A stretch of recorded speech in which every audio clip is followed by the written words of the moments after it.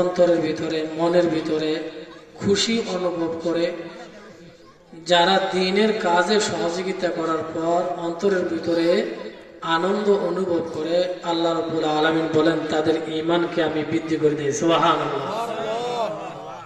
সেজন্য আল্লাহ তাআলা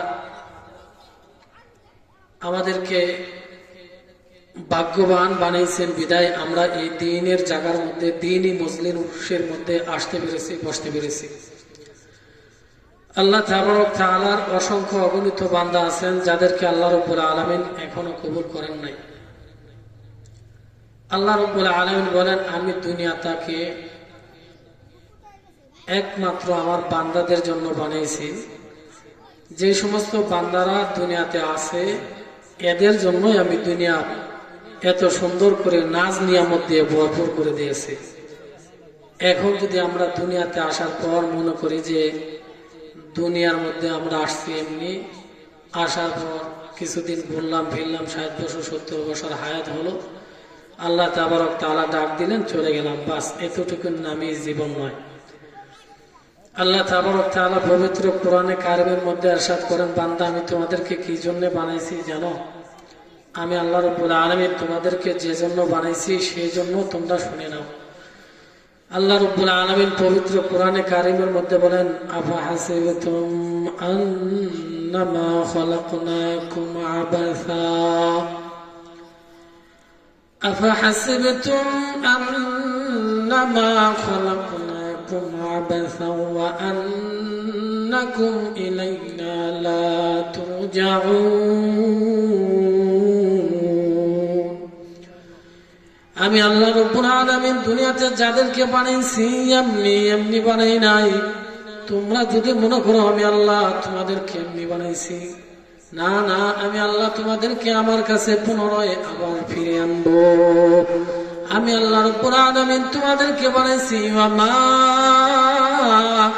খালাকাতুল জিন্না ওয়াল ইনসা ইল্লা লিয়াবুদুন। আমি আল্লাহ রাব্বুল আলামিন দুনিয়াতে যত মানুষ, যত ইনসান দুনিয়াতে পাঠাইছি, সমস্ত মানুষগুলো আমি আল্লাহ একমাত্র আমার ইবাদত বন্দেগী করার জন্য বানাইছি। অন্য কোনো মাকসাদ দিয়ে আল্লাহ আমাদেরকে বানায় নাই। আমরা যে কাজই করব সেই কাজে যেন ইবাদতের ভিতর থাকে, সেই জন্য আল্লাহ রাব্বুল আলামিন আমাদেরকে বানিয়েছে। আল্লাহ তাবারক তাআলা এমনি এমনি আমাদেরকে বানায় নাই, আশরাফুল মাখলুকাত করে বানাইছে। আল্লাহ রাব্বুল আলামিন বলেন, দুনিয়ায় আমি কত কিছু বানাইছি, আসমানের দিকে তাকে দেখবে বান্দা, কত বিশাল একটা আসমান বানাইছি। আমি আল্লাহ জমিন বানাইছি, কত বিশাল জমিন বানাইছি। আমি জমিন এমনি বানাই নাই, আমি তোদের জন্য জমিন বানাইছি। এত বিশাল আসমান আমি আল্লাহ বান্দা তোমার জন্য বানাইছি। এই আসমান সূর্য দেখো কত বিশাল সূর্য, আমি আল্লাহ পৃথিবী থেকে 13 লক্ষ গুণ বড় সূর্য আমি একমাত্র তোমাদের জন্য বানাইছি। এত বিশাল সূর্য, চন্দ্র, তারকা কত আমি আল্লাহ রাব্বুল আলামিন কত জিনিস তোমাদের জন্য বানাইছি।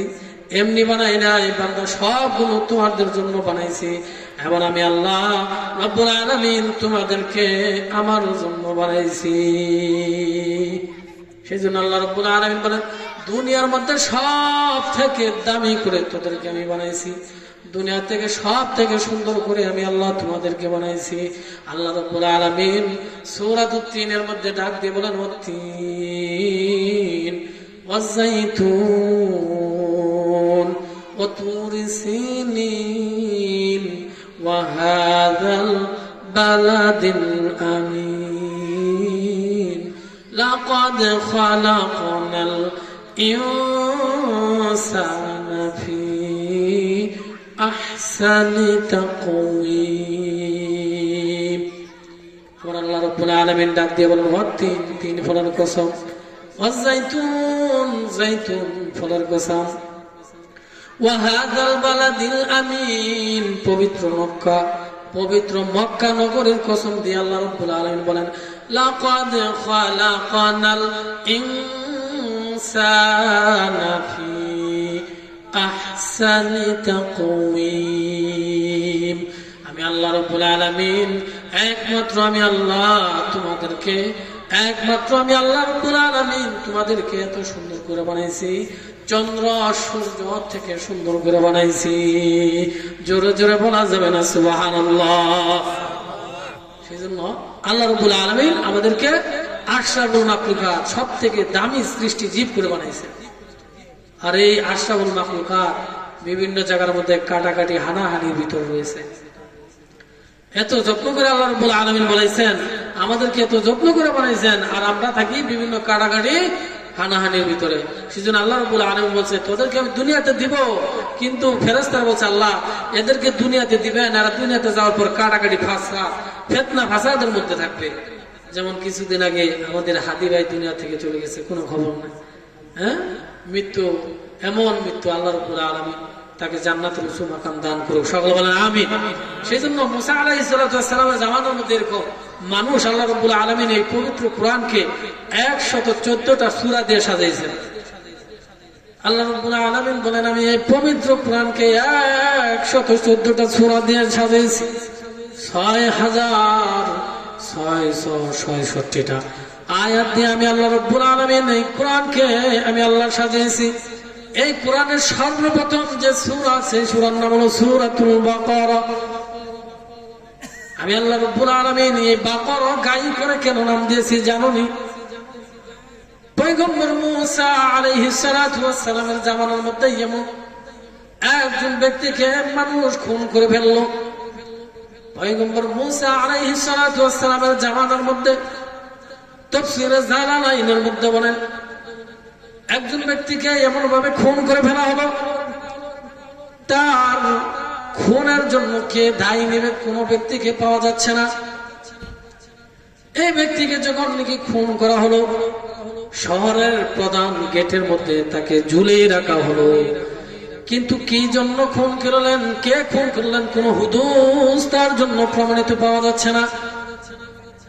উম্মতেরা মিলে সমস্ত উম্মতেরা হযরত মূসা আলাইহিস সালাতু ওয়াস সালামের কাছে চলে গিয়েছেন।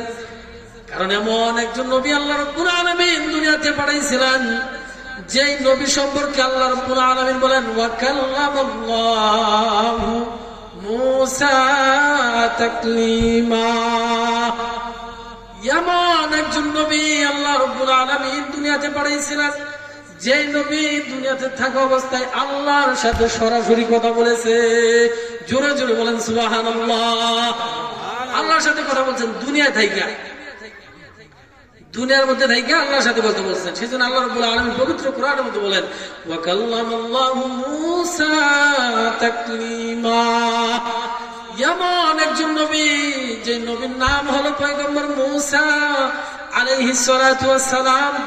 ওই ব্যক্তির দুনিয়ায় থাকা অবস্থায়, পয়গম্বর মূসা আলাইহিস সালাতু ওয়াস সালাম দুনিয়ায় থাকা অবস্থায় আল্লাহর সাথে দুনিয়া থেকে কথা বলতেন। উম্মতেরা দৌড়ে গিয়েছেন পয়গম্বর মূসার কাছে, ওগো আল্লাহর পয়গম্বর, আপনার এই রাষ্ট্রের ভিতরে এমন একজন ব্যক্তি দুনিয়া থেকে চলে গেছে, তাকে কতল করা হয়েছে, কিন্তু কে কতল করেছে তার কোনো প্রমাণ নেই। কে পারছে কোনো প্রমাণ নাই। আপনার রাষ্ট্রে এই এলাকার ভিতরে একজন ব্যক্তি মারা গেছে, কিন্তু হুদুস নাই কে মারছে। পয়গম্বর মূসা আলাইহিস সালাতু ওয়াস সালাম বলেন, যে ব্যক্তি মেরেছে তাকে খোঁজ করে আনো।